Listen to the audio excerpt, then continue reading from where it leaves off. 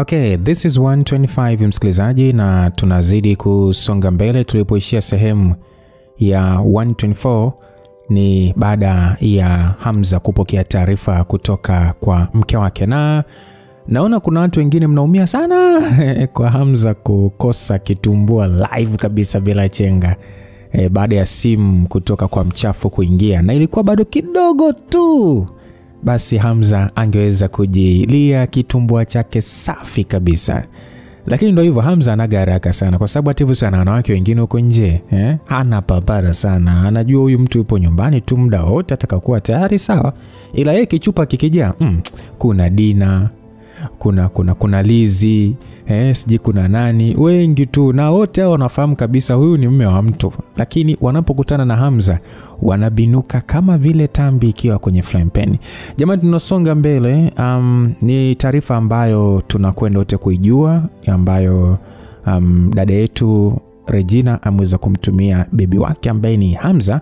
Na Regina, kwa mujibu wa taarifa kutoka kwa Regi, alisema ya kwamba alituma watu wa uchunguzi kufuatilia hatua kwa hatua, na wameweza kugundua kwamba kuna wauaji wengine ambao walitaka kupokea mission hiyo ya kumuua Sofia, lakini mwajiri aliwakataa wote kupitia dalali na kumtaka dalali kumtafutia wauaji wawili kutoka Buffalo.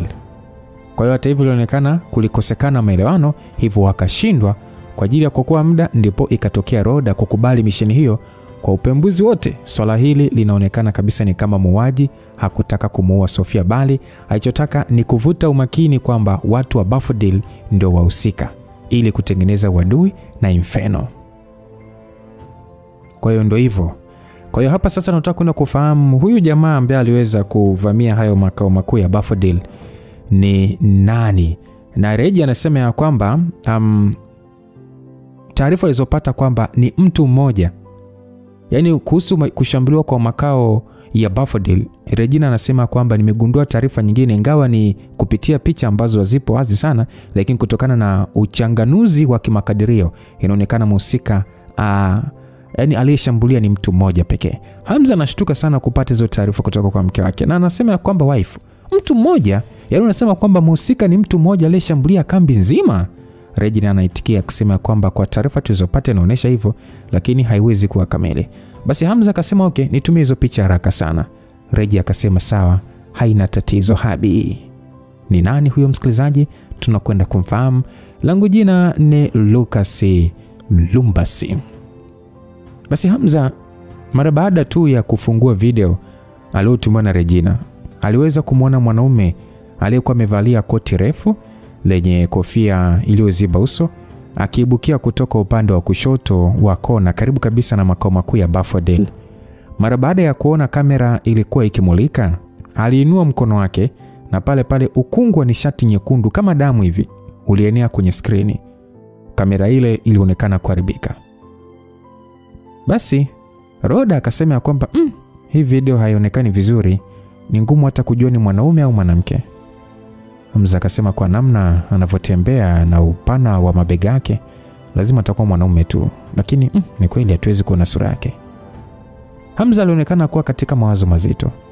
Alikuwa na hisia kama vile mtu huyo alishawahi kukutana naye, lakini kimantiki mtu huyo anayemwazia asingeonekana kwenye skrini, na pia asingekuwa na uwezo wa kuua watu wengi namna hiyo katika kambi ya Buffalo. Basi Hamza akasema kwamba wife, umejitahidi mno, kama ukipata taarifa nyingine naomba uwasiliane na mimi. Regi akajibu ya kwamba kwa nini wewe siwe ndiye wa kunipigia? Mimi nataka unipigie kila siku na kunielezea kinachoendelea, au ni ombi kubwa? Alongevu Regina. Hamza alishia kutoa tabasamu la uchungu tu. Ilionekana mwanamke huyo hakupenda tabia yake ya kumtafuta mara chache kila anaposafiri. Hamza akasema usijali mke wangu, nikiwa katika mazingira mazuri ya kupiga simba sitafanya hivyo. Regina alishia kutoa pumzi ya hisia, huku usoni akiwa na muonekano wa wasiwasi. Regi akasema habi, unapaswa kurudi ukiwa mzima, usifanye mambo kwa kurupuka. Basi Hamza alishia kumhakikishia kwa tabasamu, na baada ya hapo alikata simu. Basi bwana. Baada ya hapo Hamza alisimama na kutembea mpaka upande wa kuendeshea boti akiwa na ile video. Na tukumbukeni muda huo walikuwa kwenye boti pamoja na Sebastian, kwa hiyo sijokasahau msikilizaji. Sasa Hamza akasema kwamba Prince, kuna taarifa kadhaa hapa nimezipata. Ni video iliyorekodiwa ikionyesha mtu aliyeshambulia makao makuu yetu ya Buffalo. Hebu angalia na uone kama ni Strigoi. Basi Sebastian aliishia kuangalia, kwa sababu hata yeye pia alikuwa na shauku ya kutaka kujua kama kulikuwa na msaliti katika baraza lake. Mara baada ya kuangalia video hiyo, Sebastian aliishia kukunja sura. Akasema kwamba sina uhakika, lakini huyu mtu anaonekana kutumia uchawi wa damu. Lakini kwa wakati mmoja ni kama sio mbinu ya Strigoi kabisa, kwa sababu hakuna viashiria vya asili ya nguvu ya damu. Hamza akasema kama ni hivyo Prince, ulishawahi kusikia uwepo wa mbinu ya kuvuna nishati ya namna hii? Sebastian aliishia kuonyesha muonekano wa kutokuwa na jinsi. Sebastian akasema kwamba Lucifer, swali hili napaswa kukuuliza wewe. Katika uelewa wa mafunzo ya kinishati wanaojifunza binadamu, wewe una uelewa mkubwa kunizidi. Hamza alishia kutoa tabasamu na kuona kweli jibu lake lilikuwa na mantiki. Lakini tatizo lilikuwa hajawahi kuona aina mafunzo ya nishati ya namna hiyo hapo kabla. Hamza alishia kurudi upande wa ndani wa boti hiyo. Kisha aliwasiliana na Asmantis na kuelezea kinachoendelea na juu ya kuweza kumwokoa Rhoda. Hamza pia alielezewa juu ya watu wote wa Buffalo pamoja na Barhams. Ukiachana na ambao walikuwa undercover, karibu wote walikuwa mafichoni kama alivyoagiza. Upande wa Rhoda alidhani master wake angemfokea, lakini badala yake Asmantis alishia kuongea akasema kwamba ni vizuri upo salama. Kauli hiyo ilimfanya Rhoda kutokwa na machozi. Hamza akasema kwamba Rhoda, master wako alikuwa na wasiwasi mno juu yako. Kwa hiyo alishazeeka, kwa hiyo unapaswa kumjali kama ambavyo na yeye ametokea kumjali mwalimu wake. Ukweli kwa jambo kama hili umemfanya azeeke kwa miaka kadhaa. Aliongea Hamza. Rhoda alishia kutingisha kichwa, na pale pale ghafla alishika mkono wa Hamza na kuweka kwenye kifua chake. Kisha akainua macho yake yaliokuwa na machozi na kumwangalia Hamza. Akasema kwamba kaka Hamza, umekuwa mtu mzuri sana kwangu. Ni kwa mara nyingine umeniokoa, napaswa kukulipa vipi? Mkono wa Hamza ulihisi kifua cha Rhoda ambacho hakikuwa kimetuna sana. Hakikuwa kimekosa nyama za kutosha. Alijihisi kama vile ameshika sponge laini. Kutokana na kuvuna nishati kwa miaka na miaka, mwili wa Rhoda ulizidi kuwa mteke hivi. Hamza alishindwa kujizuia na kutaka kutoa mkono wake. Lakini alihisi mkono ule ulizidi kukandamizwa zaidi. Jambo hilo lilifanya utosi wa kichwa yani ni kama kumpata hali ya kuwasha hivi kwenye kichwa chake. Huku sasa mwili wake ukishindwa kumtii kabisa na kushtuka. Swala muhimu ni kwamba muonekano wa Rhoda ulikuwa ni wa kipole mno, huku macho yake akiwa yale ya kuita. Hamza alishia kumeza mate mengi. Katika ukaribu huo, mdomo wake na pua zake zilijaa harufu ya Rhoda tupo. Hamza kujua ni kwa sababu gani walikuwa nje ya nchi au ni kwa sababu gani walikuwa juu ya bahari. Sauti ya injini iliunguruma ndani ya chumba cha boti pamoja na sauti za mawimbi ya bahari ilifanya wajihisi kana kwamba wapo kwenye ulimwengu wa dhoruba. Kutokana na wawili hao kuwa ndani ya chumba hicho wakiwa peke yao na pasipo kitu cha kufanya, mwili wa Hamza ulianza kuwasha kutokana na kuchokozwa. Kwa mwanaume yeyote rijali, kuwa na mwanamke mrembo na mbichi kama Rhoda, ambaye siku zote anataka kujirusha kwenye mikono yako na kukupa kila kitu chake, ni ngumu mno kujizuia. Rhoda, unajua na kuona kama mdogo wangu. Wahenga wanasema sungura hali majani kuzunguka kiota chake. Hili sio sahihi. Hamza aliona angalau ajikaze. Vinginevyo itafikia muda ambao utakuwa ni mgumu sana kwake. Namna ya kumwelezea Regina. Maana alijua tu atakachokifanya Regina atajua tu. Ingawa uhusiano wake wenyewe ulikuwa na matatizo makubwa ambayo hawezi kuyaepuka kwa namna yote ile. Kumuongeza na Rhoda ni kama kuzidisha tatizo hivi. Basi Rhoda akasema kwamba sababu kwa nini sungura hali majani kuzunguka kiota chake ni kwa sababu ya kuyatunza, akisubiri yawe makubwa na ya kuvutia ndipo ayatafune taratibu. Wewe unadhani kama sungura ana njaa na hana chakula cha haraka, unadhani hawezi kuacha kula majani yaliyozunguka kiota? Au hunioni kama nimeshakomaa? aliongea Roda. Kwa kauli hiyo msikilizaji, sina maanisha Roda anataka aliwe. Hamza alishindwa kujizuia na kuruhusu akili yake kwenda matembezini. Mtoto wa watu kashaokolewa. Sasa najiuliza atamlipa nini Hamza kama sio tu kukitoa kitumbua chake kivurumiwe vya kutosha. Alikuwa katika wakati mgumu sana Hamza, na kwa muonekano hakika wa kukomaa wa Roda, anawezaje kujizuia kutokula majani yanayozunguka kiota chake? Basi Roda akasema kwamba bro, maisha yangu yote tokea nikiwa mdogo nilikuwa nikiwaza nikija kuwa mkubwa nitakuwa na wewe kwa namna yote ile. Hata kama siwezi kuwa mke wako, kwangu mimi siwezi kuwa na mwanamume mwingine zaidi ya wewe. Kwa usiniambie utafurahi kuniona nikiishi maisha ya upuke mpaka na kuwa mzee. Wow. Roda aliongea kwa hisia kali. Just imagine. Hata kama Hamza kaoa, bado Roda alitamani sana kuwa na Hamza. Hamza alijikuta akivuta pumzi huku akiinua mkono wake akishika uso mrembo huyo. Bado ni mdogo sana, una nafasi baadaye ya kukutana na mwanaume ambaye unaweza kumpenda. Huwezi kubetia maisha yako yote kwangu. Umeona mimi nilikuokoa ukiwa mdogo na hata ukiwa mkubwa sasa bila kuwa na matarajio yote ya wewe kunilipa. Wewe ni muongo bwana. Wewe unaongea kilicho nje ya moyo wako, si ndio? Hamza alijikuta akibungaa kwa sekunde na kisha pale pale alilazimisha tabasamu. Kwa nini unasema hivyo? Asasi kwa sababu mwili wako unaongea. Hamza alijikuta bila kupenda akisi kitu. Na ni muda ule aliweza kushuhudia mkono wa Roda ukiwa kwenye kiungo chake. Hamza alijikuta akivuta pumzi ya baridi huku akishikwa na haya kutokana na kushtukiwa kwa kusimama kwa kiungo chake cha uzazi. Alishia kuongea kwa kujibaraguza tu akisema kwamba hiyo ni kwa sababu Roda upande wake mkono wake ulizidi kufanya kazi huku akimpatia Hamza tabasamu hafifu na kumpa ishara ya kukaa kimya. Kufuatia hapo Roda alilegeza mkanda wa Hamza na kisha alimchoropoa nyoka kwenye shimo na kuchuchumaa kumlaki. Hamza alishia tu kuangalia yote hayo. Kulikuwa na sauti iliyokuwa ikimjali zaidi na kumwambia azuie jambo hilo. Lakini pia kulikuwa na ile ya shetani iliyokuwa na ushawishi zaidi ikimwambia oya muende huyo mtoto anasema kuja mwenyewe. Si anakitaka mwenyewe. Wewe muende. Alitaka kusikiliza ile ya mwanzo lakini sauti ya shetani ilirudia na kumwambia kwamba mpaka hatua hii ukimnyima mtoto anachotaka atakudharau sana we kama mwanaume.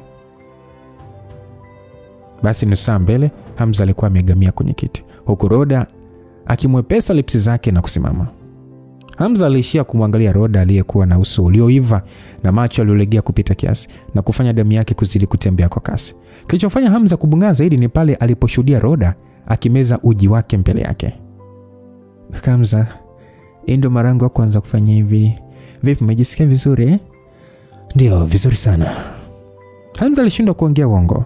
Roda alishia kutoa pumzi ya kuridhika. Kisha kwa aibu ya kike akasema kwamba naenda kusukutua mdomo. Hamza alijikuta akishindwa kujizuia na kugeuka akimwangalia mrembo Roda akitembea kuelekea bafuni. Umbo matata la mrembo huyo lilimfanya Hamza kutaka kumfuata na kufanya jambo. Lakini Hamza alijizuia. Afistoshe Sebastian alikuwa ndani ya boti hiyo akiendesha. Alishia kusimama kufunga zipo na kisha akapandisha juu upande wa dereva. Prince, itachukua muda gani mpaka kuwakaribia? Aliuliza Hamza kana kwamba hakuna kinachoendelea. Sasa Prince akajibu ya kwamba kulingana na maelezo yako itachukua walau saa 1 na dakika kadhaa kuikaribia. Hamza akasema inaonekana hatuna muda mrefu. Aliongea Hamza na Sebastian alimwangalia kwa nusu tabasamu. Sebastian akasema ya kwamba Lucifer, bado tuna muda wa kutosha tu. Wewe unaweza kuendelea kuburudika na mtoto mzuri. Mimi sina tatizo. Hamza alijikuta kijawa na soni. Ni kama alivyotarajia. Walishagundulika muda mrefu tu. Lakini hata hivyo kwa sababu wote walikuwa wahuni, hakujali swala dogo kama hilo na alishia kucheka tu akasema kwamba naona ni muhimu zaidi kuwa serious juu ya hili. Sebastian akasema kuwa serious ni vizuri lakini huwezi kuwa serious muda wote bwana. Wewe jipe nafasi mwenyewe kwani maisha hayawezi kukupa nafasi bwana. Hamza akasema kama ni hivyo basi mimi nipo hapo ndani kidogo. Kwa hiyo tukishakaribia utanishtua. Sebastian akasema hakuna tatizo mzee. Aliongea Sebastian huku akiendelea kuchochea moto chombo. Mara baada ya Hamza kurudi ndani, Roda alishatoka bafuni na alikuwa akijifuta midomo kwa kitambaa. Pale pale alisogea karibu na Hamza na kisha akauliza kwamba kaka Hamza, vipi? Hakuna harufu? Harufu haisikiki? Hamza kuulizwa swali hilo hakujua cheke ama alie. Kama huipendi harufu, kwa nini bado ukafanya? Na nikasema siipendi we. Ilimradi ikiwa ya kwako, mimi nipo tayari kuionja kila siku. Aliongea kwa sauti ya mahaba. Hamza kusikia sauti hiyo, alihisi mishale kwenye moyo wake. Aliona msichana huyo alikuwa akijua kweli namna ya kuamsha hisia za mwanaume. Pengine ni kwa sababu walipokuwa hakupata nafasi ya kuonyesha utundu wake, ila pengine angeshajisalimisha muda mrefu. Wakati Hamza akifikiria mambo mfululizo ikiwemo namna ya kumuelezea Smantis, ghafla alivamiwa na Roda na lipsi zao zikagusana. Hamza alishia kuhisi ubaridi wa midomo na utamu kwa wakati moja. Kwa namna Roda alivyokuwa akikisi ni haraka sana, yani ni kama vile alihofia Hamza asingependa. Mara moja alishia kuangalia chini na Hamza akasema kwamba vipi, mbona umepoa? Mtoto hakika akasema siku zote nilikuwa nikitamani kujua kukisi na mwanaume hisia zake zikoje. Aliongea. Sasa Hamza akasema kwamba hebu muone. Umegusanisha tu kwa pupa, utajuaje hisia zake sasa? Mara baada ya kuongea hivyo, mara moja alimkamatia mtoto kiuno, kisha akamweka kifuani kwanza kumchumu. Roda hakushtuka. Baada ya muda kidogo kamwili yani ni kama kalikakamaa hivi. Alijikuta akilegea na kufumba macho, huku mwili ukimlegea kabisa na mikono yake kuanza kutambaa kwenye kiuno cha Hamza. So baada ya muda mfupi Hamza hatimaye alimwachia na kisha alimwangalia usoni.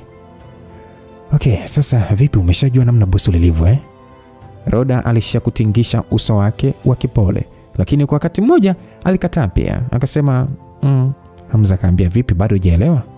Binti alishia tu kuguna kwa macho malegefu, akionekana akitaka zaidi. Hamza akasema, anyway, ngoja niendelee zaidi. Basi bwana, baada ya muda mrefu wa kumshikisha mtoto adabu, mtoto kautaka, upande wa nje anga lilizidi kuwa jeupe, ikiashiria mwanzo wa siku nyingine. Ni muda huo Sebastian alipunguza mwendo wa boti na kusimamisha kabisa, kisha akaingia ndani ya cabin. Sebastian akasema kwamba Lucifer, meli ya shangazi Sofia imesimama.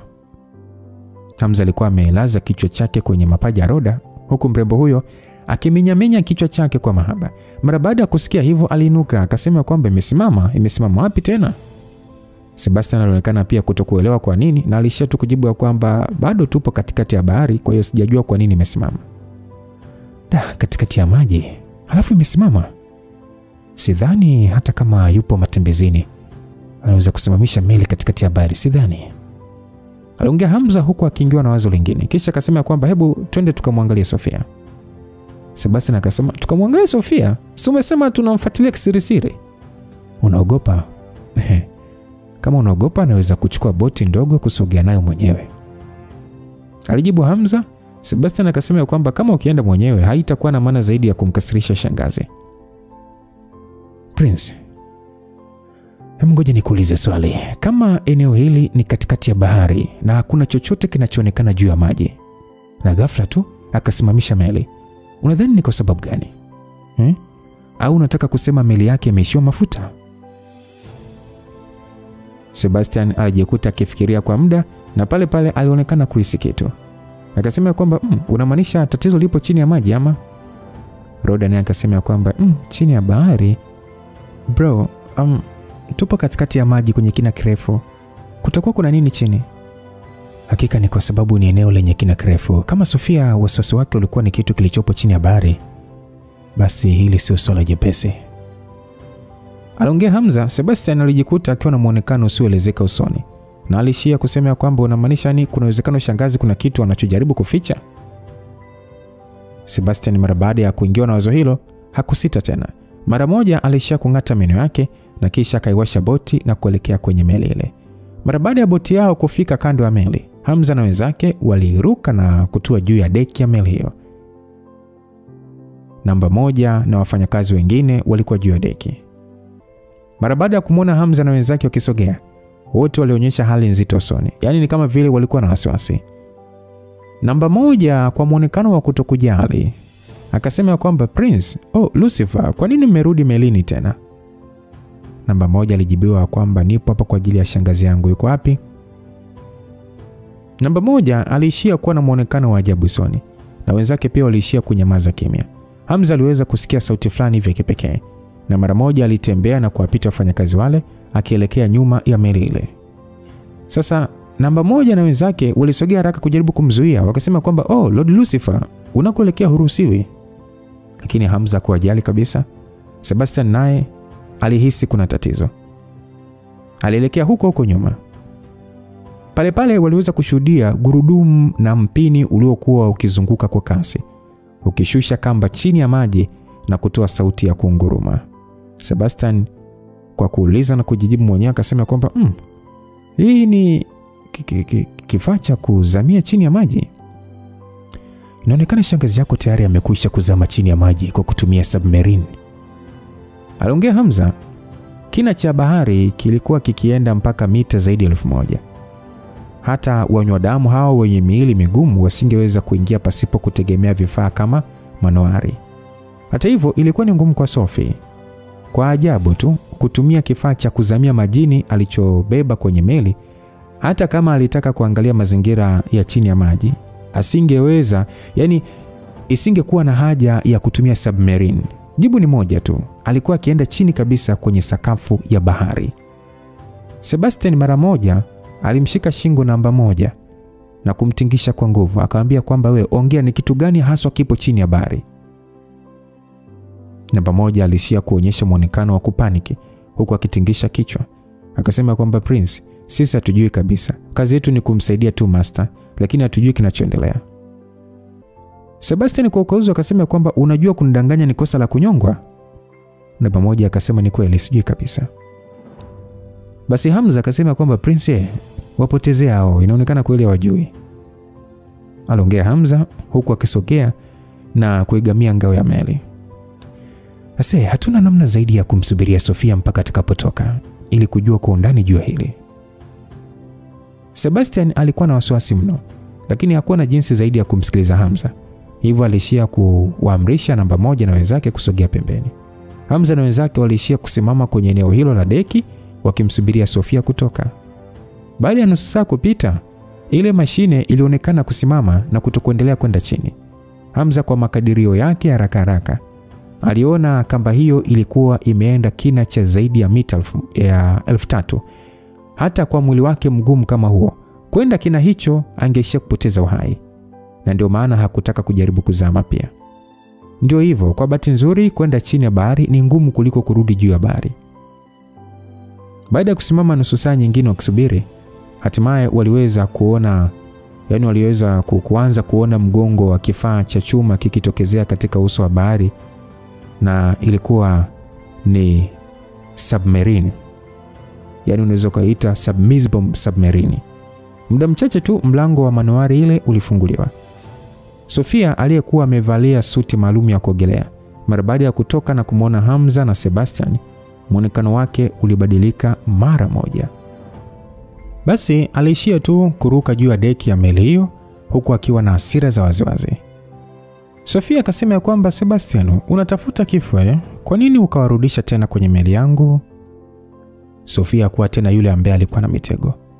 Waliomuona mwanzo alikuwa katika hali ya tahadhari kama mnyama ambaye muda wowote kichaa kingempanda na kushambulia. Sebastian alionekana kuwa katika mshangao pia na mabadiliko hayo. Hata hivyo alishia kujitetea. Akasema kwamba shangazi, nisamehe kwa ukorofi wangu, lakini nilikuwa na wasiwasi mno juu ya usalama wako. Alafu nini kinaendelea? Kuna jambo nalojaribu kutuficha? Tuna shauku ya kujua, je, kuna zaidi ya swala la kutaka kuuliwa? Basi Sofia akasema kwamba Lucifer ndiye akakwambia mrudi kwenye meli yangu, si ndio? Sofia aliuliza hivyo na Sebastian hakusita kutingisha kichwa. Sofia akasema wewe ni mjinga sana. Kwa umoja wetu wote kuwa mikononi mwako, utakuja kufa muda si mrefu. Sofia alionekana kukasirika na alishia kumwangalia Hamza kisha kuongea kwa sauti ya kutokuwa na furaha. Akasema kwamba Lucifer, usiwe na furaha ya mapema. Na kwa pia siwezi kukuona ukiharibu familia yetu ya wanywadamu. Hamza alijikuta akiwa katika hali ya kuchanganyikiwa. Hakupata hata fursa ya kuuliza chochote. Kwa nini Sofia anaongea kauli za ajabu? Sofia, kabla hata Hamza hajaongea chochote, alishachelewa. Hiyo ni kwa sababu Sofia mwili wake ulishalipuka na nguvu kubwa nishati ya uchawi wa damu. Macho yake yaligeuka kuwa mekundu kama shetani wa kike, huku meno yakiongezeka urefu na michirizi mieusi kujitokeza usoni. Kwa spidi kubwa mno alimsogelea Hamza. Hamza kutegemea Sofia angekuwa mkali namna hiyo kwa kufanya shambulizi la kulenga shingo yake. Hamza alishia tu kwa spidi sana kusogea pembeni, huku wakati huo akitumia mikono yake kupangua shambulizi hilo. Hata hivyo spidi ya Sofia ilikuwa kubwa, kwani ile ya Hamza anakwenda mwanamke huyo alishazunguka nyuma yake. Mikononi mwake ilionekana silaha yenye michirizi ya damu. Sio hivyo tu, miguu yake pia ilikuwa na silaha iliyoshikiliwa na vidole. Na zote kwa ustadi mkubwa zilitumika kumshambulia Hamza kwa kulenga maeneo muhimu ya mwili. Yaani ilikuwa ni migongano mfululizo wa miguu na mikono yao. Hamza alijikuta akilazimika kurudi nyuma zaidi na kuishia kuruka kwenda floor ya kwanza ya meli, kisha ya tatu na kurudi tena chini. Sofia alikuwa nyuma tu pasipo kumpa nafasi. Kutokana na asili yake ya kutokuwa binadamu, nguvu na spidi zilikuwa ni za juu mno. Hamza alijua kama angepokea pigo moja tu, angepata matatizo makubwa. Hamza alijua lazima kuna hali ya kudhaniana vibaya.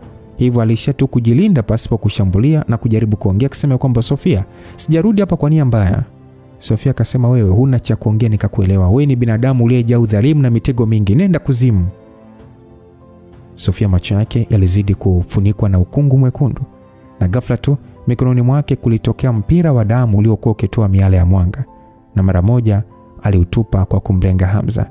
Hamza hakuthubutu kuleta uzembe hata kidogo, na hakuwa na jinsi zaidi ya kutumia mapigo ya kusudi. Hivyo shambulizi lake la kusudi lilikwenda kuvaana na shambulizi la Sofia na kutengeneza mtikisiko mkubwa. Kila mmoja aliyekuwa kwenye deki alihisi ubaridi ukimpitia mgongoni baada ya kuona nguvu hizo mbili zikivaana. Sebastian hakutegemea kama Sofia alikuwa na nguvu za kutosha kupambana na mtu kama Sofia kwa urahisi. Ieleweke kwamba si tu Sofia alikuwa mtu mzima, bali vile vile alikuwa kizazi safi, kwa maana damu yake ilikuwa kamilifu. Nadhani nilikueleza kabisa Strigoi jinsi walivyo. Yani ni muunganiko kati ya binadamu na zombie. Yani na vampire. Yani ashum labda binadamu amenyanduana na vampire. Sasa kiumbe kinachopatikana ndio Strigoi. Lakini Sophie ni vampire kwa vampire, akapatikana Sophie. Kwa hiyo katika nguvu Sofia alikuwa bora kati ya Strigoi wengi. Ukiachana na baadhi ya watu wakali wa kizazi cha tatu, hakuna wengine wenye uwezo wa kushindana naye. Hamza na Sofia walikuwa wakipigana kwa kasi mno, na ilikuwa ngumu kujua nani angemzidi mwenzake. Jambo hilo lilimfanya Sebastian kuishia kutoa pumzi ya hisia nzito. Hata hivyo, kwa Hamza pia ilikuwa ni ya kushangaza. Ieleweke kwamba alikuwa akitumia mapigo ya kusudi, na ni wachache sana walioko katika level ya ufunuo mkuu wanaoweza kukabiliana na shambulizi lake. Sio kwamba Hamza anajikweza ama kujikadiria kwa vipimo vya juu, lakini alikuwa na uwezo haswa. Alikuwa na njia tatu zenye nguvu za kushambulia ambazo akizitumia ni ngumu kwa yote kupona. Nguvu ya silaha ya hiari ambayo humfanya kukusanya silaha nyingi na kuzitumia kwa wakati mmoja, hata kumwezesha kuelea angani. Nadhani hii nguvu naifahamu msikilizaji. Kuna pigo la ukiwa, kwa kutumia silaha ya ukiwa ambayo kazi yake ni kuharibu. Alafu kuna mbinu ya mgawanyiko ambayo humpelekea kuwa na uwezo wa juu zaidi katika matumizi ya urithi wa damu ya mwili wake. Kwa hiyo ndio hizo nguvu tatu. So, kwa kitendo cha Sofia kushambulia mpaka kumpa hofu Hamza, ilikuwa ni swala kubwa sana. Hamza akasema kwamba Sofia, sitaki kuumiza.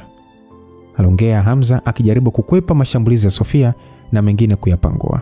Sofia akasema, acha dharau dogo. Baada ya Sofia kusema hivyo, alitamka kauli ya kwamba sanaa ya Adamu, safu tatu za kivuli cha mzimu. Mwanga fulani hivyo ajabu ulifunika macho ya Sofia. Ghafla tu mwili wake uligeuka na kuwa kama wa mzimu wa damu, ukajigawa mara tatu na kuanza kumshambulia Hamza pande zote. Hamza alijikuta akitoa pumzi ya masikitiko. Aliona haina jinsi zaidi ya kumshikisha adabu mwanamke huyo, na pengine ndipo akae chini waongee. Hivyo mara moja alitoa silaha za kuzima mapepo, uovu na nafsi kutoka kwenye pete. Silaha hizo tatu zilikuwa maalum kwa kupambana na nguvu za giza. Silaha hizo mara tu baada ya kutoka zilichukua hatua mara moja, zikiwa chini ya uhiari wa Hamza, zilifyatuka na kwenda kila uelekeo wa mapepo yale ya damu na kuanza kushambulia. Mizimu ile ya damu haikuwa na spidi kubwa kama ilivyokuwa silaha zile, na kidogo tu yazimishwe. Lakini katika awamu hiyo, ukungu mzito wa damu ulitokea chini ya miguu ya Hamza. Sofia alionekana kujipenyeza na alichomokea nyuma ya Hamza akiwa na upanga wa damu mikononi mwake. Alikuwa na mpango wa kumkata Hamza vipande viwili. Hamza hakudhania mbinu ya mauaji aliyokuwa nayo Sofia ingekaa kimtego namna hiyo. Kwa bahati nzuri alikuwa mzoefu mno likija swala la mapigano. Mara moja alishtuka na kuruka juu angani kukwepa shambulizi hilo, huku kwa wakati mmoja akifyatua shambulizi la kusudi.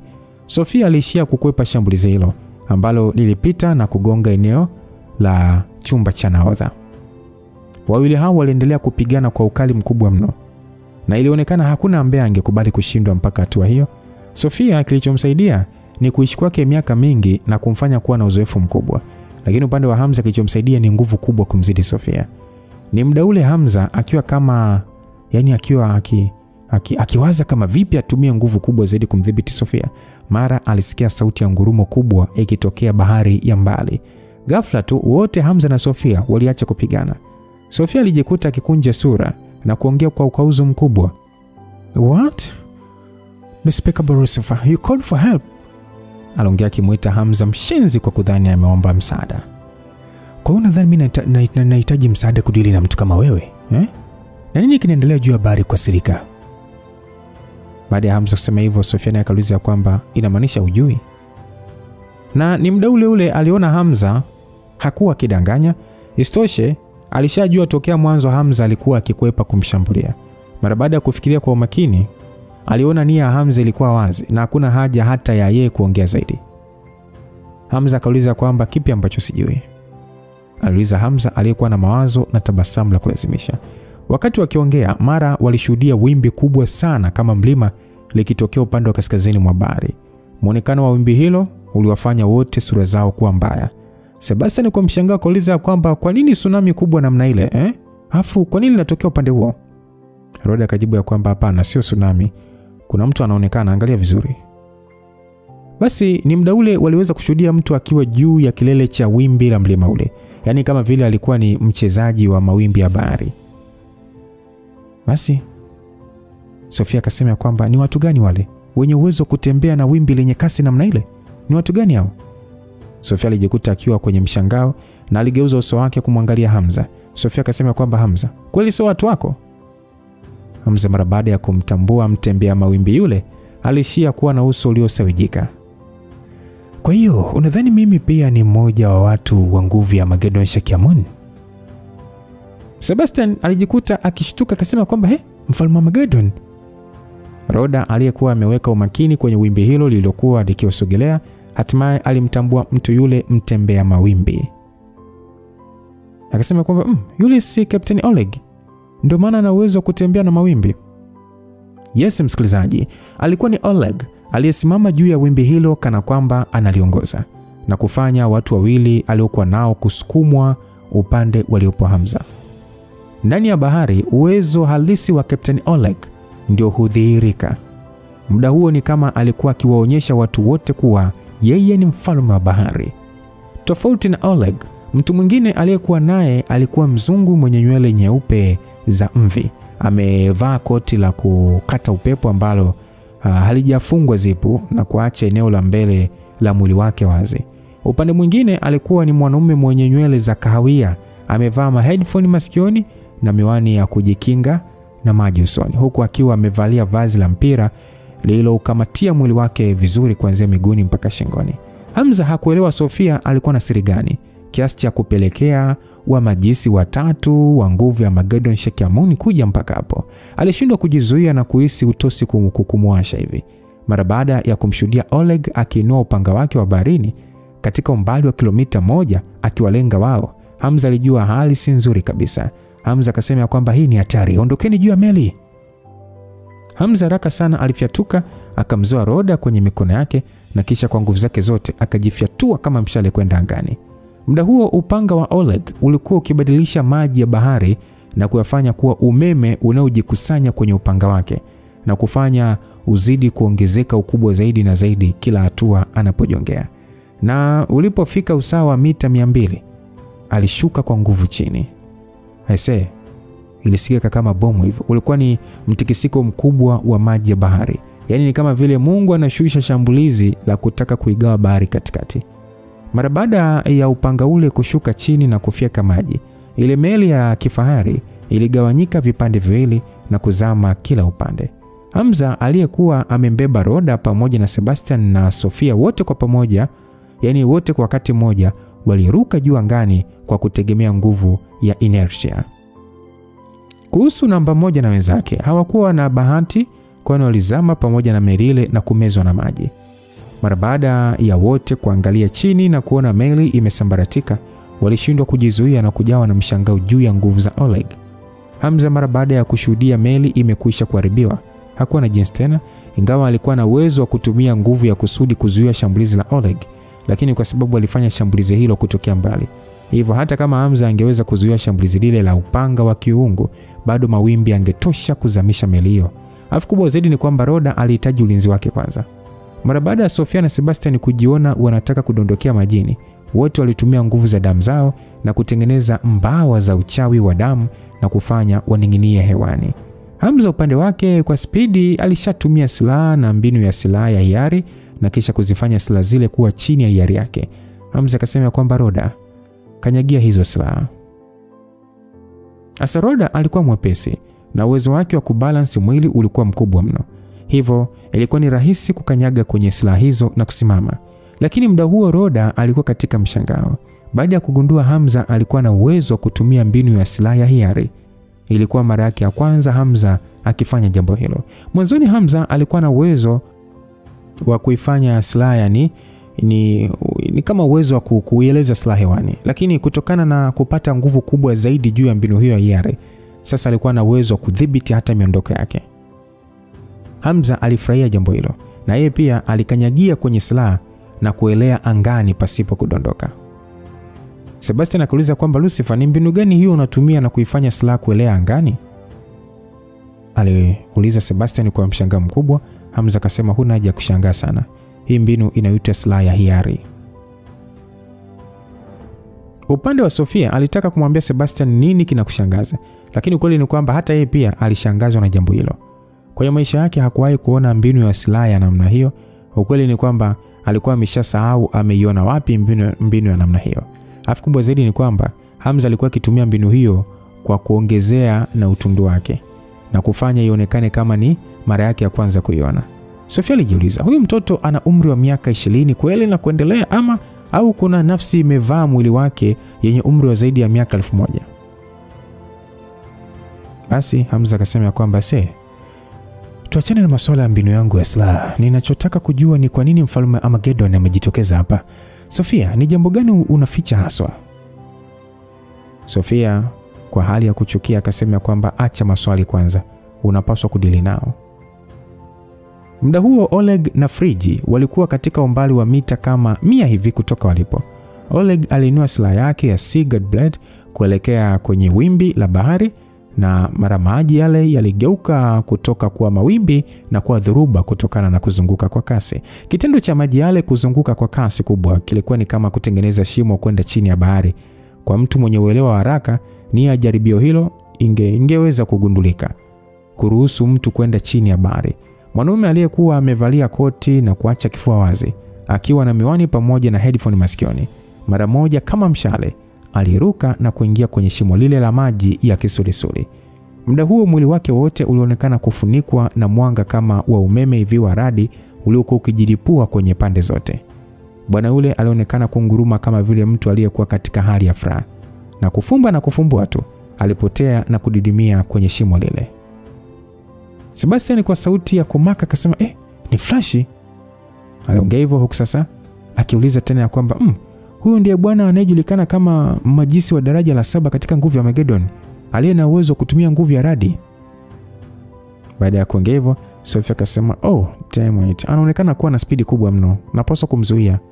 Aliongea Sofia aking'ata meno, na mara moja kwa kutumia mbawa zake za kichawi alijifyatua kuelekea kwenye shimo la kisulisuli. Hamza mpaka pale hakutaka kuambiwa maneno mengi kuelewa. Alishaelewa lazima kuna kitu kama hazina kilichokuwa chini ya bahari kinachowindwa na watu hao wa Armageddon ambacho kimefichwa na Sofia. Hata hivyo alijiuliza, ni hazina gani hiyo ya kuwafanya watu wa Armageddon kuja mpaka hapo kwa ajili ya kukipigania, na wakati huo kumfanya Sofia kuwa katika wasiwasi mkubwa.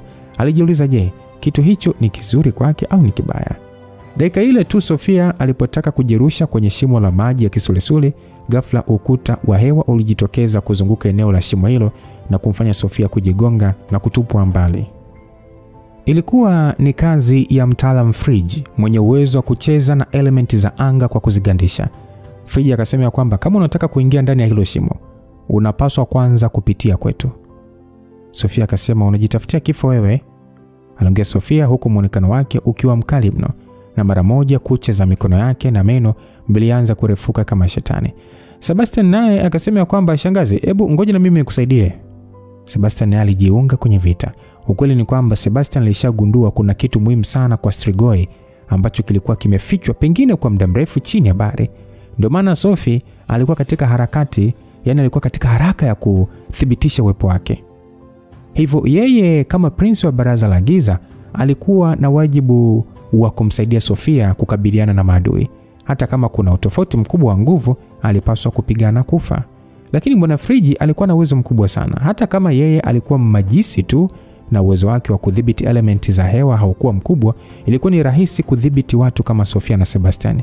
Hivyo mara baada ya kutupia uchawi wake ni kama wa kiumajisi hivi, mara moja ni kama Sofia na Sebastian walikuwa ndani ya machupa ya kuta za hewa.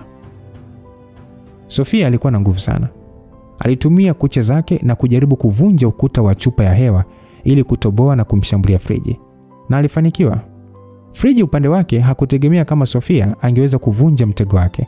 Hivyo alizidi kuongeza spidi ya kumtupia Sofia umajisi, huku wakati huo huo akijaribu kujilinda na kutafuta namna nyingine ya kumshambulia Sofia kwa kila upande. Hasa upande wa Sebastian, kwa nguvu alizokuwa nazo ilikuwa ni ngumu kuvunja mtego aliowekewa. Dutu za hewa nazo zilikuwa zilizidi yani kusinyaa na kumfanya ahisi mgandamizo mkubwa, yani kama vile mwili wake unakamuliwa. Ni muda ule shambulizi la kusudi liligonga kizuizi kile na kukisambaratisha. Sebastian alijikuta akihema kwa nguvu huku jasho likimtoka. Alishia tu kugeuza uso wake na kumwangalia Hamza, akimtingishia kichwa cha shukrani. Basi Oleg akauliza kwamba Lucifer unaendeleaje? Aliuliza Oleg aliyekuwa amesimama kutoka mbali na kufanya aongee kwa sauti kubwa. Hamza aliyekuwa amesimama juu ya silaha ya hiari aliishia kutoa tabasamu na kuuliza kwamba Captain, ni aina gani ya hazina inayokufanya kuja mpaka hapa na kutumia nguvu kubwa kwa ajili ya kuipata? Au kuna meli iliyozama nayo? Jamaa aliongea kwa Kiingereza akimaanisha kwamba hazina hiyo ina thamani kubwa kuliko hazina zote alizopata kwenye kupekua meli zilizozama, na kwamba wapo hapo kwa ajili ya kuichukua kutoka kwa Strigoi. Na je, hajali kuhusu hilo? Basi Hamza upande wake alishetu kucheka, kisha kajibu ya kwamba hiyo inategemea kama hicho kitu mtaweza kukipata. Afu isitoshe, mimi sina urafiki wote na nyie watu wa Mageddon. Msikilizaji, tokea vita ya mara ya mwisho, Hamza hakuwa na matumaini ya kuwa na maongezi tena ya urafiki na watu wa Mageddon. Nadhani unakumbuka kwa sababu kati yao walikuwa wakitaka kumuona akifa, na jambo hilo lisingetokea pasipo Shakyamuni mwenyewe kukubali. Hivyo Hamza hakuwachukulia watu hao kama marafiki. Basi Oleg akasema kwamba kweli unapaswa kuelewa hapa tupo baharini. Mimi siwezi kukubali kushindwa kizembe kama siku ile. Aliongea Oleg akicheka, na kwa mara nyingine aliinua Sigurd Blade na kuamsha nguvu yake iliyofanya mawimbi kuanza kuibuka tena. Mawimbi yale yalikuwa yakipandiana na kukopeshana nguvu na kwa kitu kimoja. Mara baada ya kuwa wimbi kubwa zito lilianza kusogea kwenda alipo Hamza. Hamza kuona vile alishia kuamrisha silaha aliyokanyagia roda na ya kwake ili kusogea kukwepa wimbi hilo. Wakati huo huo aliruka juu angani na kumshambulia Oleg kwa shambulizi zito la nguvu ya kusudi lililofyatua wimbi lile. Ni muda ule ule ni kama maji yale yalichanganyika na shambulizi la kusudi na kumsogelea Oleg kwa kasi kubwa, yakilenga kichwa chake. Sasa ni ile tu wakati Oleg alitaka kuuliwa, wimbi zito la kimajisi liliweza kutumwa na Fridge. Yani ilikuwa ni kitendo cha haraka sana. Maji yaliyokuwa mbele ya Oleg yalianza kuganda kwa kasi kubwa na kutengeneza ukuta. Hata pigo lile la Hamza baada ya kuvaana na ukuta ule wa barafu lilishindwa kupita, na kilichosikika ni kishindo tu. Mara baada ya pigo lile kutoboa barafu kwa mita kadhaa, nguvu yake ilipungua. Hamza mwanzoni hakuelewa kwa nini Fridge na Oleg walikuja pamoja kwa ajili ya misheni hiyo, lakini muda huo sasa alielewa. kwani ilionekana uwezo wa Oleg na uwezo wa Friggi unaweza kuwa na muunganiko mkubwa. Ilitengeneza nafasi ya Oleg kushambulia huku Friggi akilinda. Oleg akasema kwamba Lucifer, angalia ghadhabu ya Mungu wa bahari ilivyo. Anaongea Oleg, na kufuatia hapo alifyatua upanga wake. Mara moja kiwango kikubwa cha maji kilianza kujikusanya kwenye upanga wake wa Sigurd Blade. Upanga ule bwana ulionekana kuwa mzito zaidi ya tani kadhaa, lakini chini ya udhibiti wa Oleg ulikuwa mwepesi kama unyoya. Wakati huo Friggi alikuwa akigandisha maji huku akitumia hewa kumdhibiti Sofia. Oleg naye aliachia shambulizi kumlenga Hamza. Oleg alifyatua upanga ule chini kwa wepesi mkubwa sana na kufanya wimbi kubwa la nishati yake kumsogelea Hamza, lakini pia pressure hiyo iliwasogelea Sofia na Sebastian. Hamza alishajua Friggi na Oleg hawamwezi kabisa, lakini kwa sababu walikuwa baharini, walikuwa na faida kubwa ya kushambulia. Mara baada ya kuona shambulizi lile, haraka sana aliita silaha zote kwenye pete na kisha akazigeuza kuwa maumbo 8 ya simba joka. Wakati huo akikanyagia moja wapo na mengine yote yakielekea kila upande kukabiliana na upanga wa Oleg. Basi Friggi akasema kwamba kwa makini. Friggi ambaye haikuwa mara yake ya kwanza kuona aina ya mapigo hayo ya Hamza, alimuonya mwenzake Oleg kwa sauti kubwa. Wakati huo huo, maelfu ya silaha na maumbo 7 ya kislaha yalitengeneza mlipuko mkubwa mara baada ya kugusana na nguvu ya upanga wa Oleg. Sofia alijikuta hata yeye mwenyewe akikwepa silaha hizo, na kwa wakati mmoja akiwa katika mshangao mkubwa akiangalia maumbo yale ya silaha yakishambulia kama vile yalikuwa na uhai. Sofia alishia kuongea akasema kwamba huyu mwanaharamu ni shetani . Sebastian na Roda waliokuwa mbali walijikuta na wao wakishikwa na butwa. Hawakuwahi kuona mtu mwenye uwezo wa kuamrisha silaha nyingi kiasi hicho hapo kabla. Machoni mwa Hamza kulikuwa na mwanga kama wa malaika. Muda huo alikuwa na wazo moja tu kichwani, kutaka kumuua mtu mmoja wa Armageddon. Alijiambia anapaswa kumuua mmoja kati yao kwa namna yote ile. Akiwa juu ya umbo la silaha, pale pale kwa kasi aliwasogelea Oleg na Friggi. Oleg muonekano wake ulikuwa mzito wakati wa kutumia silaha yake kukabiliana na mashambulizi na spidi ya Hamza. Kuona Hamza anamkaribia, mara moja aliinua silaha yake ile na kama vile alionekana akiikita kwenye maji ya bahari huku akibweka akisema kwamba mishale ya miungu wa bahari.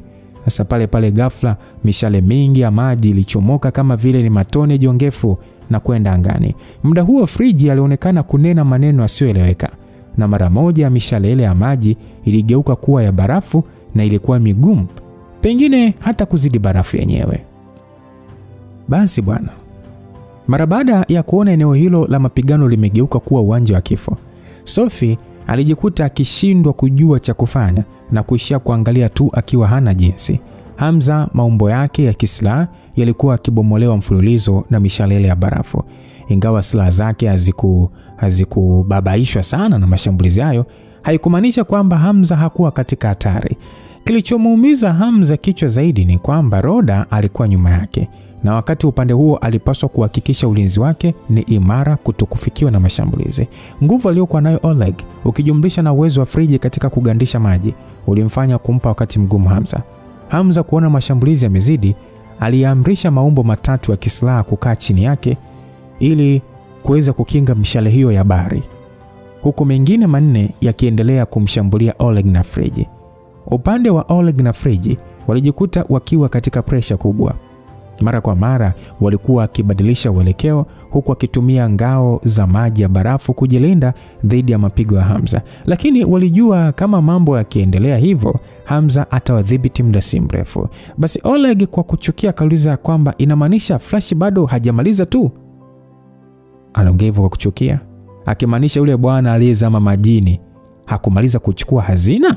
Asa Friggi akasema kwamba atatoka muda si mrefu, tunapaswa kuvumilia kidogo. Anaongea Friggi akiwa na utulivu usoni. Oleg akasema kwamba tatizo huyu Lucifer uwezo wake ni mkubwa mno, yani mpaka hapa nimeishiwa kabisa na mbinu za kumzuia. Anaongea Oleg aking'ata meno kwa nguvu. Friggi kwa sauti nzito akasema kwamba kama asingekuwa na nguvu, mtu kama shetani kivuli asingekufa kirahisi. Basi ni muda huo huo mkondo wa mwanga wa radi ulichipukia kwa spidi kutoka chini ya bahari. Bwana aliyeitwa Flash alisema kwamba naona hali inazidi kuwa ngumu hapa. Mimi nimeagizwa tu hapa, hivyo nitatangulia kuondoka. Aliongea bwana aliyeitwa Flash akitua juu ya maji. Kisha kwa kutumia miguu yake yote alianza kukimbia kwa kasi kiasi kwamba maji kwake yalionekana kama barabara. Ilikuwa ni kufumba na kufumbua tu. Alikuwa mita 200 mbali. Kuwa na uwezo wa kukimbia kwenye maji pasipo kuzama ilimaanisha alikuwa na spidi angalau mita 30 kwa sekunde. Hata hivyo, kikawaida kwa kutumia umajisi pekee ilikuwa ni ngumu kwa mtu kuwa na spidi kama hiyo. Ilionekana headphone, sauti pamoja na miwani alizovalia vilikuwa vikimpa uwezo wa kushinda nguvu ya upepo na kumfanya kuwa mwepesi. Mara baada ya kumwona Flash akiwa na kiboksi cheusi mkononi na kukimbia nacho, Sofia alijikuta kijawa na hasira. Alitaka kusogea kumfukuzia lakini hakuwa na uwezo na kuishia kumwangalia Flash akizidi kwenda mbali.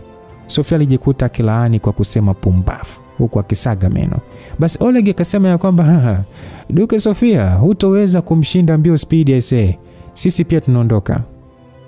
Alongevu Oleg ambaye mara baada ya kuona mission iliyowaleta hapo ilikuwa imeisha, pale pale aliamrisha bahari na mara sehemu waliokuepo ilibuka wimbi fulani kubwa hivi lingine kama mlima hivi na kuwasukuma mbali. Lakini Hamza angekubali vipi jambo hilo kuisha kirahisi? Mara moja alikanyaga juu ya umbo la silaha na kisha akachukua faida ya hali hiyo na kuanza kufukuzia. Hata hivyo ni muda huo huo risasi za zambarau zilifyatuliwa kutoka mbali. Haukai.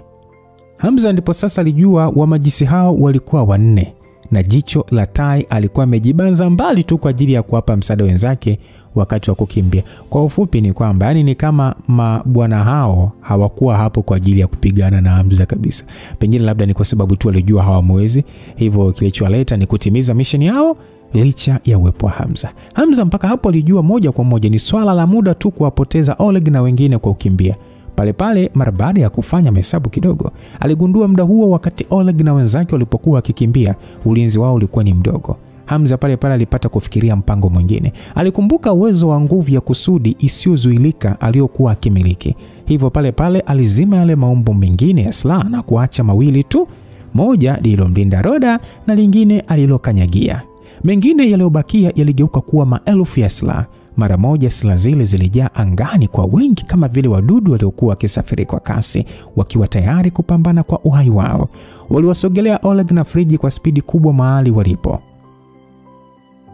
Basi mpango wa Hamza ulikuwa ni kuzipaisha silaha hizo kwenda angani na kuwa katika usawa uliokuwepo Oleg, kisha kutumia silaha hizo kushusha nguvu ya kusudi kama mvua kwenda chini.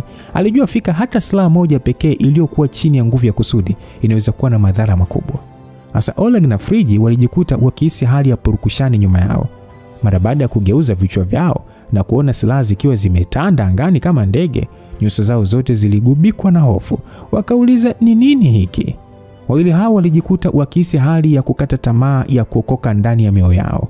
Basi Friji mara moja alifanya maamuzi akasema kwamba tangulia. Aliona ni heri afe mmoja kuliko wafe wote. Na pia ndani ya bahari ni rahisi kwa Oleg kukimbia akiwa hai, huku yeye akijitahidi kuzuia mashambulizi ya Hamza. Oleg alishetu kusinyaza macho yake na pasipo kusita kabisa mara moja alishikilia silaha yake vizuri na kisha pale alijirusha na kupiga mbizi kwenda chini ya bahari.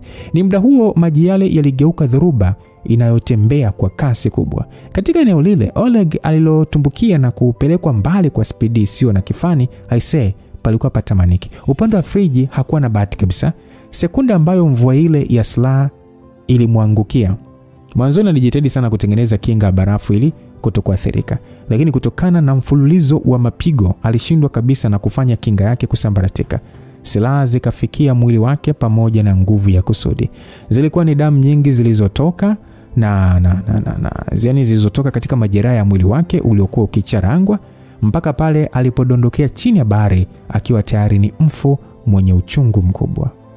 Naam, ilikuwa ni wazi mmoja wa wanachama wa Armageddon wa nafasi ya 10 ambaye ni Frieza amekwisha kuuliwa na Hamza. Kwa namna Friji alivyokufa, yani ni kama hakudhania kwamba mission ambayo alikuwa amejiandaa kwa muda mrefu kiasi hicho ingemfanya kupoteza uhai wake. Sasa Hamza alipokaribia eneo lile la mashambulizi, aligundua Oleg amekwisha potea. Na kilichobakia ilikuwa ni mawe kadhaa tu ya barafu yaliyokuwa yakielea juu ya bahari pamoja na matone ya damu. Hata hivyo, kwa namna moja Hamza aliona kitendo cha Oleg kukimbia na kumbakisha nyuma friji kilikuwa ni chaguo sahihi, kwa sababu kama wangemwendea kushindana naye wote wangepoteza uhai. Hivyo maamuzi yao yalipunguza hasara. Sasa Hamza alishia kupangusa mkono wake hewani na silaha zaidi ya 1000 zilizokuwa zikielea angani zilipotea mara moja. Uwezo wake wa kuwasiliana na Pete ulikuwa umeongezeka mno. Ilikuwa ni kama ambavyo uwezo wake wa silaha ya hiari, hivyo kumpa faida kubwa sana. Hamza alishia kurudi mpaka alipowaacha Sofia na Sebastian, kisha kauliza kwamba vipi sasa, bado nadhani nimekuja hapa kwa ajili ya kuiba hazina yako? Sofia alikuwa na muonekano usioelezeka usoni. Yeye na Sebastian pamoja na Roda walikuwa wakishuhudia live namna Hamza alivyokuwa akitumia mbinu ya silaha ya hiari na kumcharanga friji kwa mapanga. Sofia alikuwa kimya kwa sekunde kadhaa mpaka pale aliposhtuka na kusema kwamba swala kubwa na baya limekwisha kutokea. Tunapaswa kwenda kwenye gereza la kuzimu kwa ajili ya kumtafuta baba. Hese, kwenda kumtafuta baba yako? Unamaanisha Stuart wa kale? Nini hasa kitatokea? Na ni kitu gani kilichokuwa kwenye kile kibox cheusi walichochukua? Hamza aliuliza hivyo. Sofia akasema kwamba kama unataka kujua sana, basi twende pamoja, naweza kukuelezea tukiwa njiani. Basi aliongeza Sofia aliyekuwa na hali ya kukata tamaa. Kisha akaendelea kwa kusema kwamba hili swala linakuhusu pia. Hapana, napaswa tu kusema kwamba hili swala linahusu dunia nzima pamoja na sisi ukoo wa damu. Hamza alishia tu kubungaa. Lakini mpaka kufikia hapo aliona anapaswa kujua kuhusu swala hilo. Afistoshe kama Mageddon ametumia nguvu kubwa namna hiyo kwa ajili ya kupata kitu hicho, basi ni dhahiri kina faida kubwa sana kwake. Kupitia uwezo wake wa kudhibiti silaha, Hamza na Sofia walielea angani pamoja na Sebastian mpaka walipoweza kufikia boti. Hamza kwanza alitaka kuhakikisha Roda anaondoka akiwa salama. Alijua kwa uwezo aliokuwa nao ni ngumu kwake kuingia kwenye gereza la kuzimu la madaraja 18. Roda ingawa alipenda kuongozana na Hamza, alijua angekuwa kikwazo kwao. Hivyo kwa kishingo pande alikubali na kuanza safari ya kurudi Dar. Hatimaye mara baada ya kuagana, Hamza, Sofia pamoja na Sebastian waliingia kwenye ndege inayomilikiwa na watu wao na kisha kuelekea Iceland. Ingawa Hamza alikuwa na uwezo wa kutumia nguvu ya silaha ya hiari kupaa na wenzake pia kutumia nguvu zao za damu, ndege hiyo ilikuwa rahisi zaidi. Kutokana na nguvu zake kuongezeka, hamu ya Hamza kufika level ya ushujaa ilizidi kumtawala siku hadi siku. Mfano wa hali iliyomfanya kutamani zaidi ni kupitia yule mlevi wa Adept, Bwana Rodriguez. Namna alivyokuwa akisafiri kwenye anga, spidi yake ilikuwa kubwa kuliko hata ya ndege. Ingawa uwezo aliozaliwa nao bwana huyo ulimfanya kuwa rahisi kwake, spidi yake ilidhihirisha ni kwa kiasi gani alikuwa na nguvu. Hata hivyo, Hamza alijua fika katika level ya ushujaa ni kama cheo tu. Wapo wengi katika level hiyo, lakini haikumaanisha walikuwa na nguvu kubwa zaidi. Namna pekee ya kudhihirisha hilo ni uwepo wa jemadari. Ingawa kwa cheo cha Rodriguez na Manet walichukuliwa katika daraja sawa na jemadari, bado walionekana hata kwa kuunganisha nguvu zao hawamwezi. Hamza alijikuta akiwazia ni level ipi ambayo jemadari alikuwa amefikia kiasi kwamba iwe rahisi kwa wengine kumhofia. Hamza aliyekuwa amekaa kwenye ndege alishia kutingisha kichwa chake kwa namna ya kupotezea mawazo hayo. Aliona alikuwa na mambo muhimu zaidi ya kufanya. Basi Hamza akauliza tena kwamba Sofia, kile kibox cheusi kilikuwa kina nini? Yaani kilikuwa ni nini hasa? Sofia aliyekuwa akinywa mvinyo akijaribu kuzima hisia zake, alishia kuvuta pumzi ya masikitiko na kisha akasema ya kwamba ni silaha ya kabila la Strigoi inayotambulika kwa jina la Formless Bread. Hamza kuuliza kwamba unamaanisha Servali? Hiyo silaha sio hadithi? Aliuliza Hamza kwa kushangaa. Msikilizaji, Serval ni silaha ni kama tunaweza kusema ni silaha iliyolaaniwa. Yaani ni silaha ambayo inaaminika ilitumiwa na waungwana wa ngazi za juu katika kabila la wanywa damu kuchinja binadamu ili kunywa damu zao. Sasa ukweli ni kwamba silaha hiyo iliaminika kumilikiwa na kiongozi kichaa wa jamii ya Strigoi. Hata hivyo, silaha hiyo haijawahi kuonekana ilivyo wala muundo wake, na hata watu walichukulia kama hadithi tu. Basi Sofia akasema kwamba silaha ya Kisarvali sio hadithi, lakini pia uhalisia wake ni tofauti na inavyoelezewa.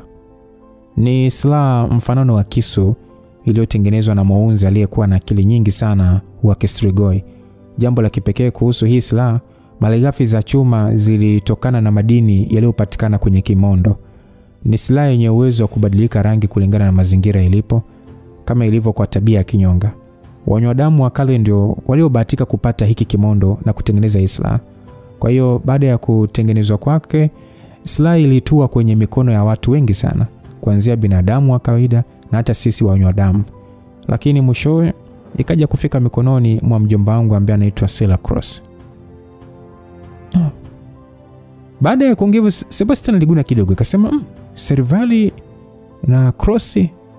Sebastian aliyekuwa kimya aliwazia swala hilo. Alionekana kuongea kwa kuwa maki. Akasema kwamba shangazi, unamaanisha ile simulizi juu ya kilichotokea katika jamii yetu ni kweli? Sofia akasema ni kweli kabisa. Na ni swala la umuhimu mkubwa mno. Kadri watu wachache waliolijua swala hili, ndivyo ilivyokuwa vizuri zaidi. Ndio maana mpaka sasa ni watu wachache sana waliojua ukweli. Okay, kwa hiyo nini kilichotokea haswa? Prince, unajua chochote? Baada ya Hamza kuongea hivyo, Sebastian akasema, mimi siku zote nidhani swala hili ni fununu tu au hadithi. Hivyo mimi sikulitilia maanani, lakini sikutegemea licha ya cheo changu cha Prince, sikuwa na vigezo vya kujua ukweli. Baada ya Sebastian kuongea hivyo, shangazi akasema kwamba Seba, hivyo nadhani mimi shangazi yako nilitaka kujua ukweli, Hii ni hasara na majonzi makubwa kwetu Strigoi na pia uzembe wetu. Kama ningeweza, ningetamani swala hili kuwa uongo. Hasa nyinyi watu mbona mnaongea kwenda mbele na kurudi nyuma? Mnajua mnanichanganya. Hebu niambieni nini kilitokea haswa? Baada ya Hamza kuona maruerue tu, akaona ngoja awachane ukweli. Sofia akasema kwamba Lucifer, kwa nini una haraka kiasi hicho? Afistoshe, sio kama hautofika daraja la 18 la gereza la kuzimu ndani ya muda mfupi. Baada ya Sofia kuongea hivyo, Hamza akasema basi kama ni hivyo, anza taratibu kunielezea. Sofia alionekana kuwaza kwa muda mfupi. Ni kama mtu anayejitahidi kuona ni wapi anzie. Kisha akasema kwamba si ni wewe uliyemwokoa Sally, si ndio? Amekuwa chini yako kwa miaka mingi mpaka sasa, si ndio? Vipi, anaendeleaje? Hamza alihisi kichwa kikimuuma na kujiuliza kwa nini tena wanamzungumzia Sally. Sally ni kama mdogo wangu kiasi hivi. Kwa hiyo nipo tayari kuua yeyote atakayejaribu kumchokoza. Alafu kwa nini unamzungumzia? Naona kweli unamjali, ila unapaswa kujua Sally ni mdogo wangu. Nini? Hamza alijihisi ni kama vile amepigwa na radi. Mara baada ya kushangaa kwa muda, alionekana kuotea jambo. Isije ikawa. Kabla hata hajamalizia, Sofia alitingisha kichwa na kutabasamu. Baba yake Sally ni moja kati ya wajomba zangu, aliyefahamika kama Lovran, maarufu kama Phantom Demon. Kulingana na ukubwa, basi Sally ni mdogo wangu kwa zaidi ya miaka 1000. Msikilizaji, ilichukua muda kwa Hamza kusharabu taarifa hiyo. Kwa sababu ingawa tokea mwanzo alikuwa akiujua, yani akifahamu kwamba Sally ni uzao wa Strigoi na jini, hakutarajia kama baba yake Sally atakuwa mtu wa kizazi cha 3 cha Strigoi kutoka kizazi cha kale. Sasa kama Sally baba yake alikuwa ni mwenye cheo, kwa nini bado mkamkabidhi kwa Old Ones na kupelekea kuteseka kiasi chote kile itokea akiwa mdogo? Acha kuwa na haraka na ujaribu kunisikiliza. Ni kwamba mjomba Lovran alikuwa ni mtaalamu wa juu sana katika umajisi wa nguvu za giza. Alikuwa ni mtu wa kwanza kabisa kuita mzimu wa jini la miaka zaidi ya 1000 na kulitawala. Kutokana na hilo, haikuwa shida kwake kupoteza hadhi yake ya Kistrigoi na kwenda kumtafuta mbobezi wa nguvu za majini kwa ajili ya mashauriano. Kwa lugha nyepesi, ndiye pekee katika historia aliyebobea katika sanaa ya nguvu za giza. Na karibu watu wote wanaojifunza mbinu hizo wanafahamu jina lake. Sasa unachopaswa kuelewa ni kwamba majini au mapepo huitwa kutoka dunia nyingine. Na hakuna uwezekano wa kuita jini au mzimu katika mwili wake wote kuja duniani. Hata hivyo, kwa mjomba Lovran ilikuwa tofauti. Kutokana na juhudi zake za kutokuridhika, zaidi ya miaka 20 iliyopita aliweza kuliita jini Abyss kuja katika ulimwengu huu katika mwili kamili. Kwa hiyo naweza kusema ni wazi kwamba jini hili la ukiwa lilikuwa katika ulimwengu wake, tuseme ulimwengu wa majini. Lazima lilikuwa na cheo kikubwa zaidi, pengine cheo cha juu kabisa. Hivyo ni dhahiri kama si kwa nguvu zake kubwa, lingeweza kupoteza uhai mara tu baada ya kuvuka kutoka ulimwengu wake na kuja katika ulimwengu huu. Jini hili mara baada ya kufika ulimwengu huu, ukijumlisha sasa na uwezo wake mkubwa wa muonekano wa kike wa kuvutia usio kuwa wa kawaida, lilimpagawisha mno mjomba wangu na kujikuta akitokea kulipenda kimapenzi jini hilo na lenyewe kumpenda. Nadhani mpaka hapo sina haja ya kuongea sana. Unajua fika nani ni mama yake Sally. Hamza alishia kujiongelesha mwenyewe na kujiambia ndio maana uwezo wa Sally ulikuwa mkubwa mno kwa kila alichokuwa akifanya, kiasi kwamba hata yeye alikuwa akimonia wivu. Kumbe yote hayo ni kwa sababu baba yake alikuwa ni mtu wa jamii ya wanywa damu na mama yake alikuwa kati ya majini wakubwa.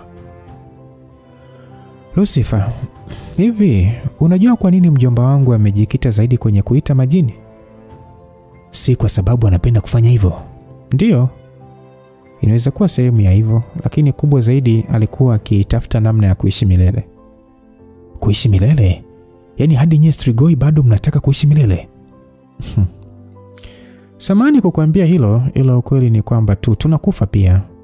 Ni kweli tunaishi muda mrefu, lakini bado haimaanishi tunaishi milele. Na kitu ambacho hujui ni kwamba kadri ambavyo unaishi muda mrefu, mambo mawili hutokea.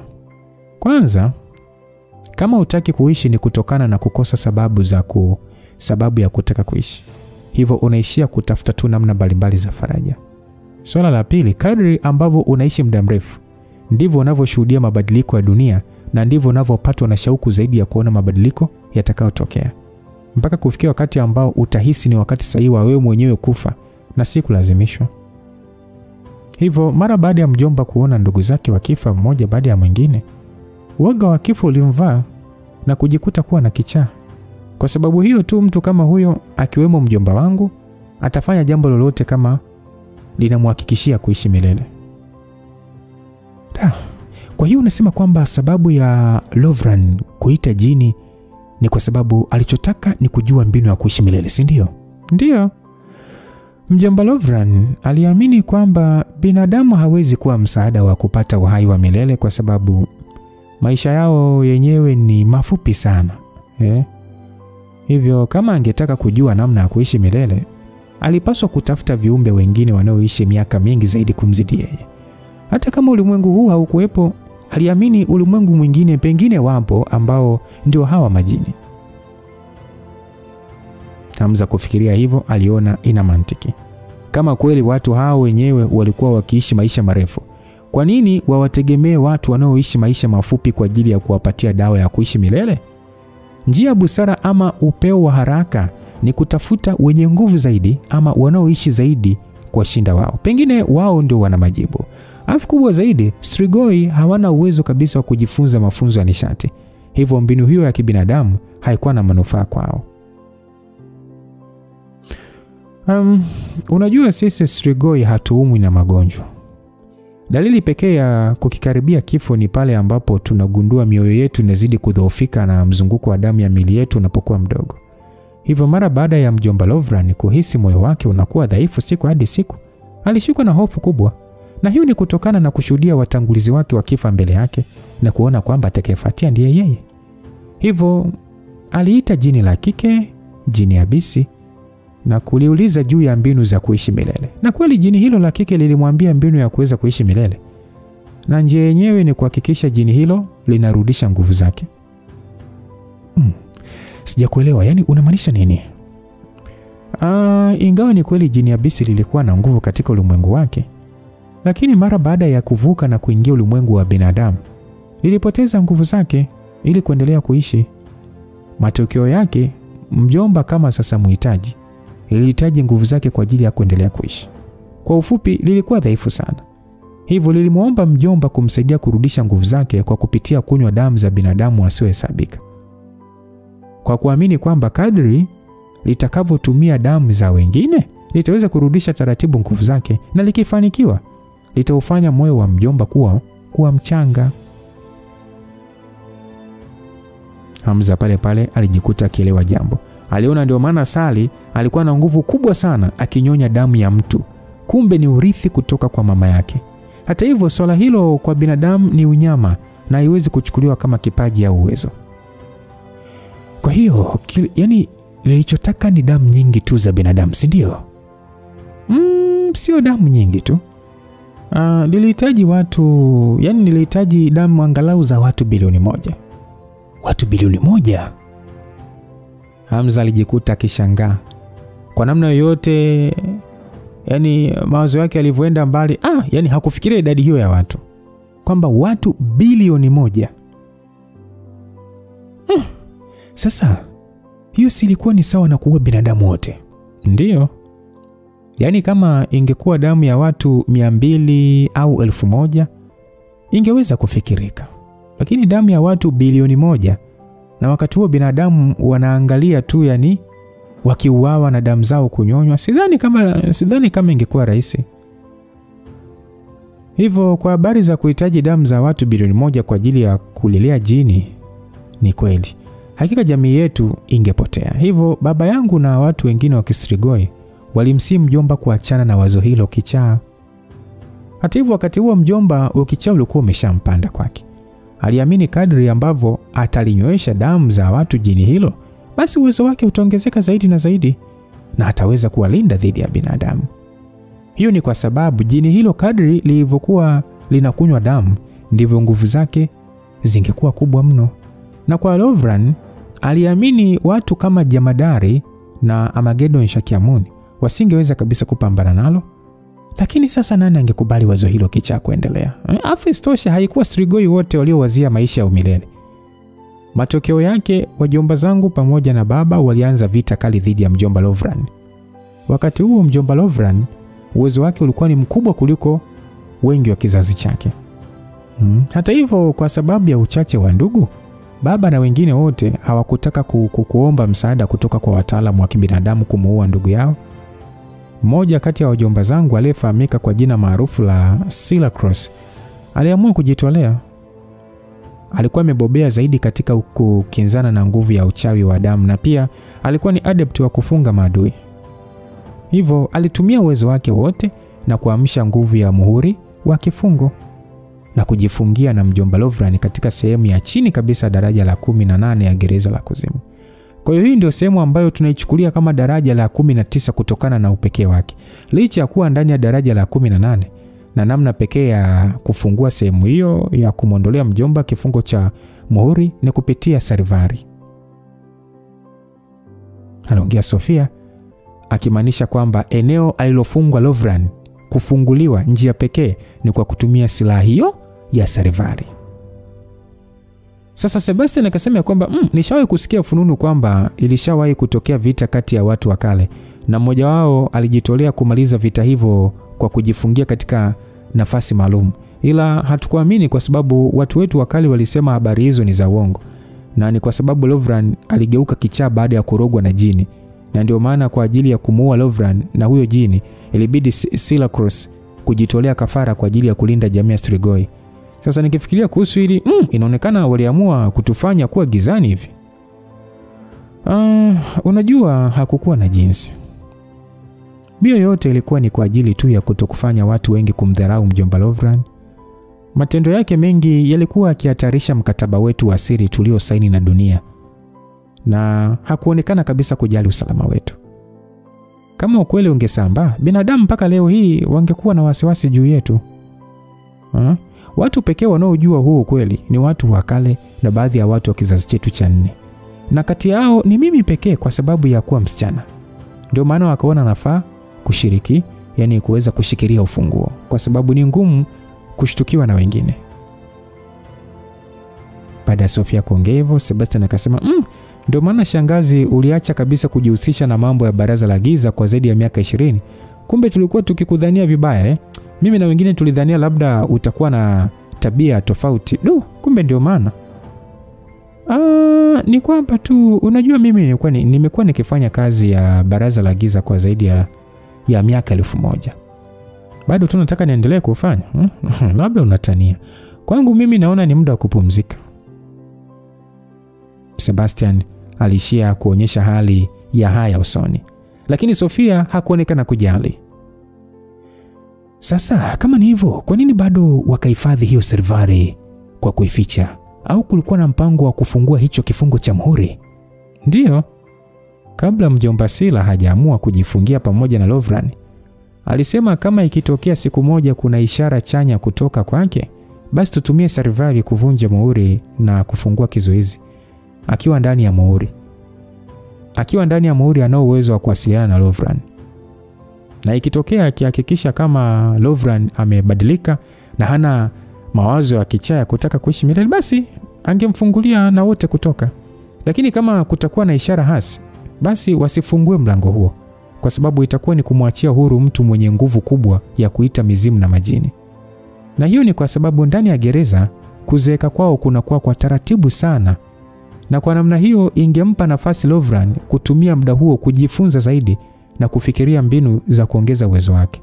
Hata hivyo, kama muhuri usipovunjwa, hatakuwa na uwezo wa kuona mlango uko wapi. Hivyo nguvu zake hazitakuwa tatizo. Kwa hiyo vipi kuhusu hiyo jini sasa? Na lenyewe lilifungiwa ama? Aliuliza Hamza akilenga mama yake Sali. Bila kuwa na nishati kutoka kwa aliyemuita, jini huyo alipotea kwenye ulimwengu huu ndani ya muda mfupi tu. Ukweli ni kwamba inaonekana hilo jini lenyewe lilikuwa katika hali ya hatari katika ulimwengu wake, na ndio maana liliitikia wito wa Lovran na kuja katika ulimwengu huu. Vinginevyo, kama asingekuwa na hatari yoyote, asingekuja katika ulimwengu huu pasipo kujua namna ya kurudi.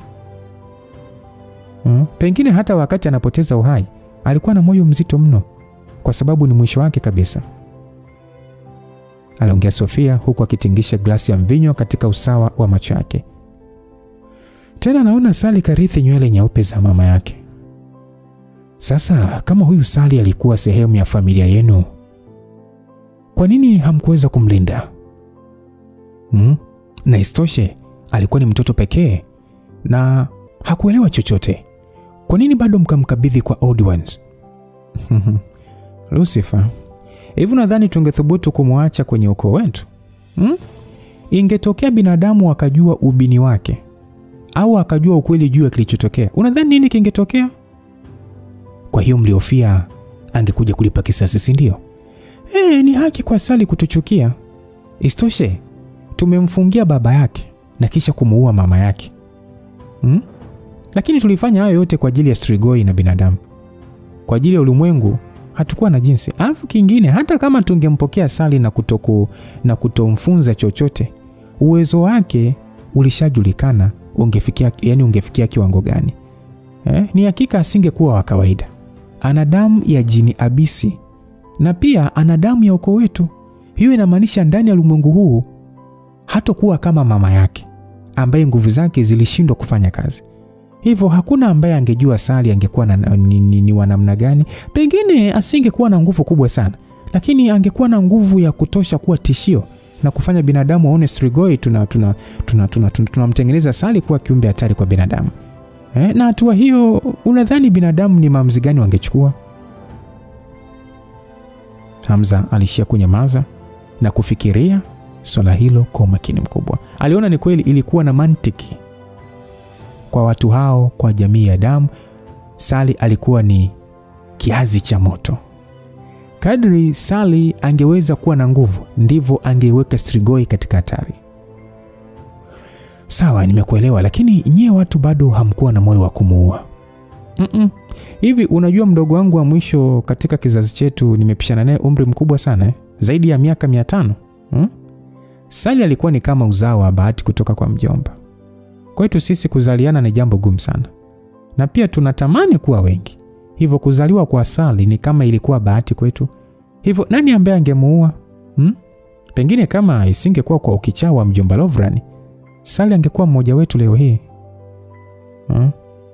Kwa hiyo kwa sababu ya kushindwa kumuua, mkaamua kumkabidhi kwa the Old Ones.